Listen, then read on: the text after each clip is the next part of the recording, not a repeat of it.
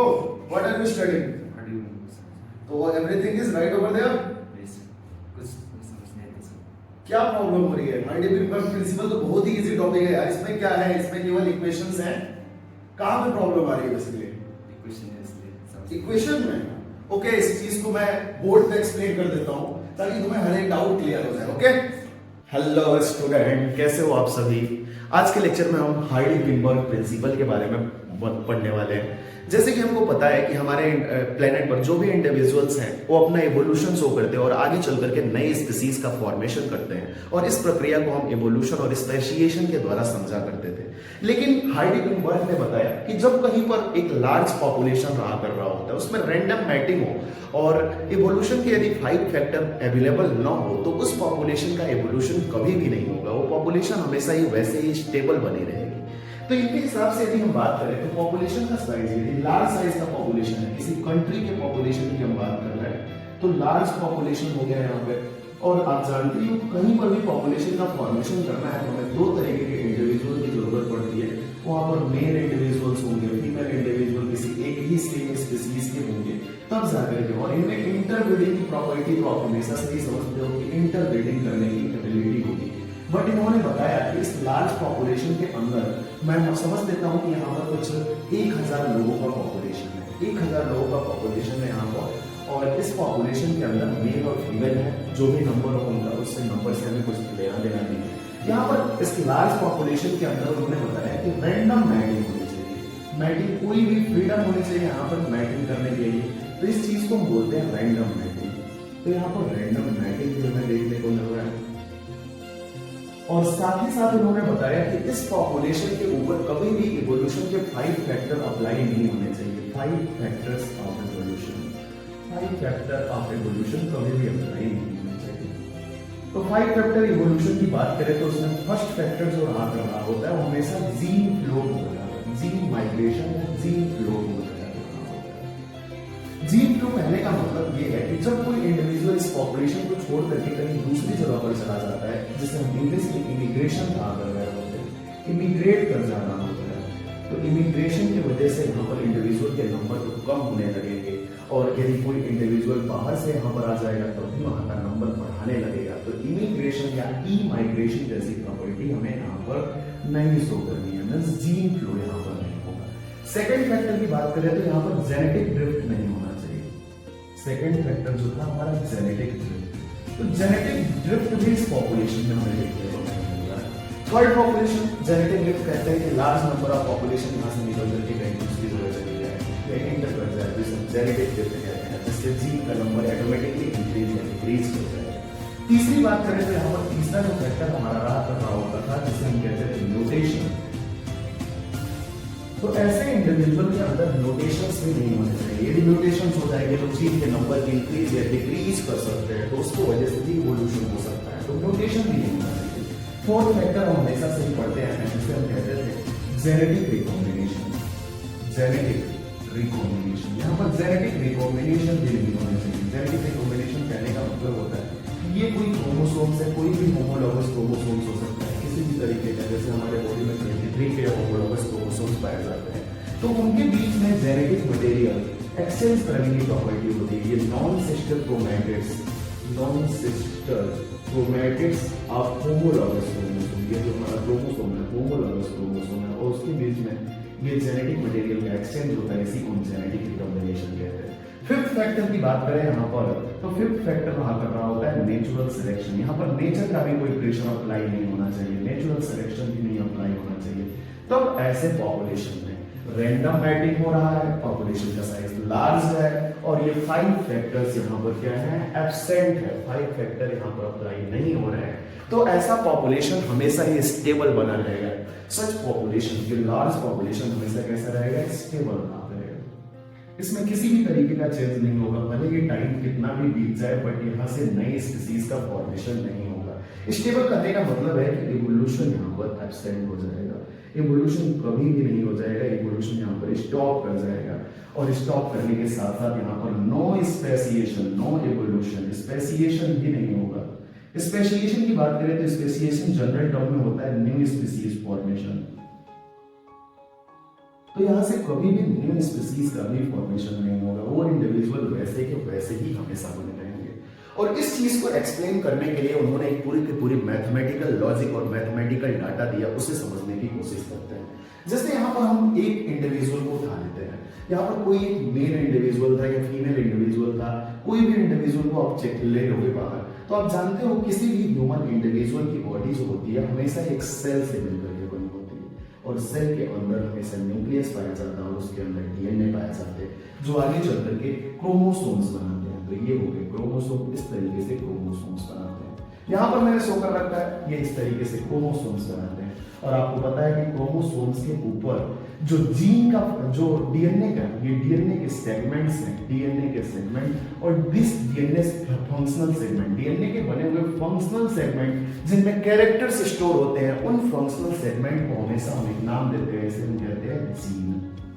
Gene कहते हैं। और आपको पता है कि alternative form of gene, gene के 2 अल्टरनेटिव फॉर्म्स होते हैं, one are called by name dominant gene, other are called by name recessive gene.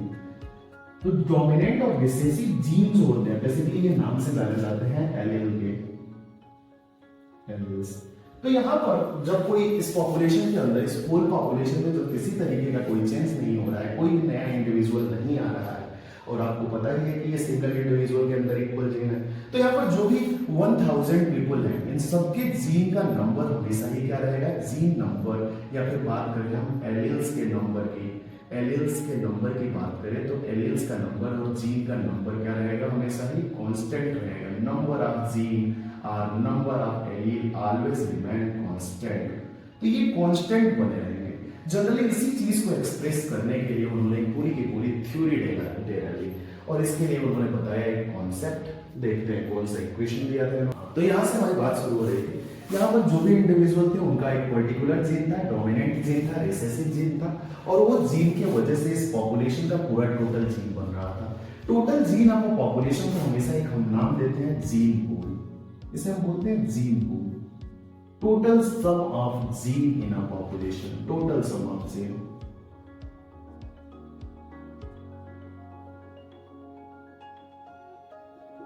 Gene in a population, total sum of gene in a population is called by the name gene pool. तो अभी हमने gene के number को constant बताया यहाँ पर, तो इस पॉपुलेशन का जीन पूल भी तो कांस्टेंट होगा। तो इन्होंने एक सिंपल सा स्टेटमेंट दिया, if random matching is happening, 5 evolutionary factor are absent, then gene pool of a population, gene pool of a population, of a population, population का साइज कैसा है, लार्ज, लार्ज पॉपुलेशन का जो जीन पूल होगा always remain constant, always remain constant, ये हमेशा ही constant बना रहेगा, आर इक्वल टू 1 या 1 के इक्वल में होगा। इसी चीज को मैंने यदि हर एक इंडिविजुअल के लेवल पे हमने देखा तो जीन बोल रहे थे, और इसी चीज को हम चाहे जीन पूल को हम और भी नामों से रिप्रेजेंट कर सकते हैं। इसी को हम चाहे तो एलेनिक फ्रीक्वेंसी कह सकते हैं, allelic frequency of a population, allelic frequency constant हो सकती है। इसी तरीके से हम चाहें तो इसे जीन फ्रीक्वेंसी कह सकते हैं, genic frequency of a population, वो भी क्या रहेगा, कांस्टेंट रहेगा। तो इसी चीज को बताने के लिए जीन के 2 टाइप्स हैं। जीन एक होता है हमारा डोमिनेंट टाइप का जीन, और दूसरा जीन है हमारा रिसेसिव टाइप का जीन। तो डोमिनेंट टाइप के जीन को इन्होंने पी लेटर के द्वारा, डोमिनेंट आप जानते हो हमेशा हम कैपिटल लेटर से रिप्रेजेंट करते हैं, स्मॉल को हमेशा स्मॉल लेटर से रिप्रेजेंट करते हैं, रिसेसिव को। तो इन चीजों को रिप्रेजेंट करने के लिए उन्होंने एक लेटर पी को चूज किया और दूसरे लेटर क्यू को चूज किया, और उन्होंने बताया कि जब टोटल जीन कांस्टेंट है तो वहां पर पी एंड प्लस क्यू का जो सम होगा वो भी क्या होगा, कांस्टेंट होगा, 1 के बराबर होगा, या फिर इसी को देखें तो 100% होगा, और ये इस तरीके से हमेशा ही कांस्टेंट बना रहेगा। तो उनका ये पहला स्टेटमेंट था जिसमें एलेनिक फ्रीक्वेंसी, एलेनिक रिसेसिव फ्रीक्वेंसी की बात कर लो, एलेनिक रिसेसिव फ्रीक्वेंसी या एलेनिक डोमिनेंट फ्रीक्वेंसी की बात कर लो, उन दोनों का सम हमेशा ही कितना बना रहेगा, 100% बना रहेगा। उन्होंने ये भी बताया कि इसका यदि हम बायनोमियल इक्वेशन चेक करें तो बायनोमियल इक्वेशन क्या हो जाएगा, p प्लस q का whole square that is equal to, you know that p plus q का होल स्क्वायर हमेशा इक्वल होता है p square plus q square plus 2pq के। तो 2pq के बराबर है, तो ये चीज भी हमेशा ये क्या रहेगी, कांस्टेंट रहेगी या फिर इक्वल टू 1 रहा रहेगी। तो ये सारी बातें उन्होंने बताया। इस फॉर्मुलेशन के लिए हमें थोड़ी यदि क्वेश्चंस को सॉल्व करना होता है इस तरीके के सारे क्वेश्चंस को, तो हमें ध्यान रखने की जरूरत है। यहाँ पर यदि सिंपल p की बात करें तो p हमेशा बताता है एरेलिक डोमिनेंट फ्रीक्वेंसी, एरेलिक डोमिनेंट फ्रीक्वेंसी। यदि q की बात करें तो q बताता है एरेलिक रिसेसिव फ्रीक्वेंसी। यदि हम पी स्क्वायर की बात करें, पी स्क्वायर यहां से निकल कर क्या आ रहा है, पी से पी स्क्वायर बना सकते हैं, तो पी स्क्वायर हमेशा बोलते हैं जीनोमिक फ्रीक्वेंसी या जीन फ्रीक्वेंसी। यही आगे चलते हुए यदि हम चेक करें तो इसी चीज को हम बोल सकते हैं number or percentage of homozygous. A square या टी स्क्वायर है तो यहाँ पे होमोजाइगस हो जाएगा, homozygous individuals in this population।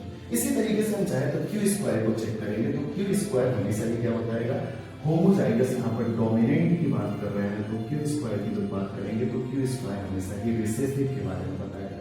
Q square बताएगा आपका genomic frequency of or the number or percentage of recessive individuals.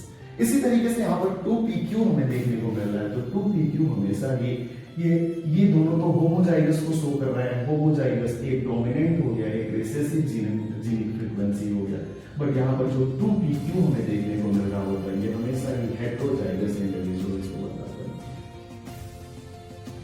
तो ये सारा कॉन्सेप्ट आपको ध्यान रखना है, और इस तरीके से आप चाहोगे तो हर तरीके के क्वेश्चन जो हाइडेनबर्ग प्रिंसिपल पे आते हैं, जिनके वजह से हमारे इस एनवायरनमेंट में स्टेबिलिटी देखने को मिलता है, इसी की वजह से, इसी स्टेबिलिटी की वजह से उन्होंने इसे इक्वेशन नाम दिया या इक्विलिब्रियम नाम दिया। इस इक्विलिब्रियम के अंदर इसमें किसी तरीके का कोई चेंज नहीं होगा, हमेशा ही इक्वल बना रहेगा ये चीज। तो इस तरीके से हम इसके सारे क्वेश्चंस को कर सकते हैं। बहुत ईजी मैंने बताया, हर एक पॉइंट क्लियर है, और आप बहुत ही बेसिक वे में चाहो तो सारे क्वेश्चंस को सॉल्व कर सकते हो। इसके अलावा सब क्वेश्चंस में थोड़ी कॉम्प्लिकेशंस होती हैं, तो वहां पर एक और सिंपल सा फॉर्मूला यूज कर सकते हो। वो सिंपल सा फॉर्मूला होता है number of individual equal to, एक और फॉर्मूला यहाँ पर अप्लाई कर सकते हैं, number of individual equal to genomic frequency, genomic frequency into total population. यदि टोटल पॉपुलेशन हमें दिया है और तब जाकर के क्वेश्चन हमसे पूछा जा रहा है, तो इस तरीके से हम निकाल सकते हैं उसे। Number of individual equal to genomic frequency and total population के मल्टीप्लिकेशन के बराबर यहाँ नंबर ऑफ इंडिविजुअल भी निकल आएगा, और इस तरीके से हमारे ये क्वेश्चन